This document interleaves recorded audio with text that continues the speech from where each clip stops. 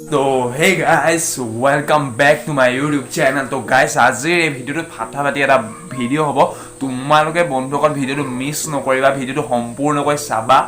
এই ভিডিওটো তোমালোকক মই হাঁহিৰ খুৰাকৰ মাজেৰে সৰুকৈ দুই এটা মেছেজ দিব কাৰণে চেষ্টা কৰিম। তো গাইস তোমালোকে এই ভিডিওটো কিন্তু সম্পূৰ্ণকৈ চাবই লাগিব। ভিডিওটো আৰম্ভণি কৰাৰ আগতে বন্ধুসকল এবাক বিহু নাচ আছে দিলনে কি কোৱা? অসীম বেমাৰ কুমাল তোমাক দেখা পাই, তোমাৰ কথা ভাবি ভাবি ৰাতি নুপুৱাই। শপত খাই কৈছো মইনা, মিছা মই কোৱা নাই। ঐ তুমি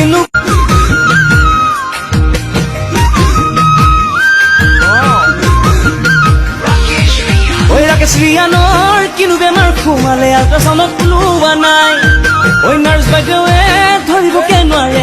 তো বন্ধুসকল শুনা নাচ গানবোৰ বাদ দিয়া মেইন টপিকটোলৈ আহোঁ। কাৰণ বন্ধুসকল এতিয়াতো কি আৰু এতিয়া লকডাউন ছিজন, চব ঘৰে ঘৰে সোমাই আছে, কাৰো হাতত ইনকম নাই, চৰকাৰো দেউলীয়া একেবাৰে অৱস্থা নাইকিয়া হৈ গৈছে। কিন্তু তাৰ মাজতে সকলোৱে যে কৈ আছে চৰকাৰৰ অৰ্থনৈতিক অৱস্থাটো বোলে টনকিয়াল কৰিবলৈ হ'লে আমি বোলে ৱাইন খাব লাগিব, কাৰণ ৱাইনত টেক্সটো যে বেছি, সেই টেক্সটো মানে চৰকাৰ হ'লে বেছিকৈ যাব। সেইকাৰণে পূৰা ৱাইনটো খাই দিলে চৰকাৰৰ অৰ্থনৈতিক অৱস্থাটো আকৌ টনকিয়াল হৈ যাব। গতিকে সেই বস্তুটোৰ প্ৰতি মানে লক্ষ্য ৰাখি অসমৰ এজন ব্যক্তিয়ে চৰকাৰৰ আৰ্থিক অৱস্থা টনকিয়াল কৰিবলৈ গৈ এটা নতুন পদক্ষেপ হাতত লৈছে। গতিকে এই পদক্ষেপটো আমিও হাতত লোৱা উচিত। গতিকে তোমালোকক এই বস্তুটো মই দেখুৱাবৰ কাৰণে এই ভিডিঅ'টো বনালোঁ। গতিকে তোমালোকে ভিডিঅ'টো সম্পূৰ্ণকৈ চাই থাকিবা, তেতিয়াহে চৰকাৰৰ আৰ্থিক অৱস্থাটো টনকিয়াল কৰিবলৈ আমি কি কি কাম কৰিব লাগিব শিকিব পাৰিম মানে।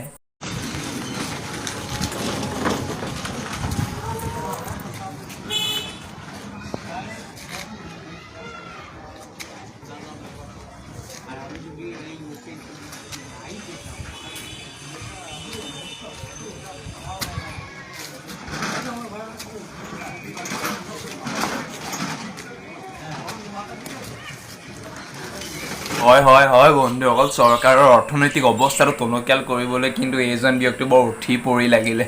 হয় বন্ধুসকল, এতিয়া তোমালোকে এই ভিডিঅ'টো মানে মই তোমাক অকণমান কাটি মেলি দেখুৱালোঁ, কিন্তু সম্পূৰ্ণকৈ চাই যোৱা এই ব্যক্তিজনে আৰু কি কাৰুকাৰ্য যে কৰে তোমালোকে দেখিলেহে লিখিবা।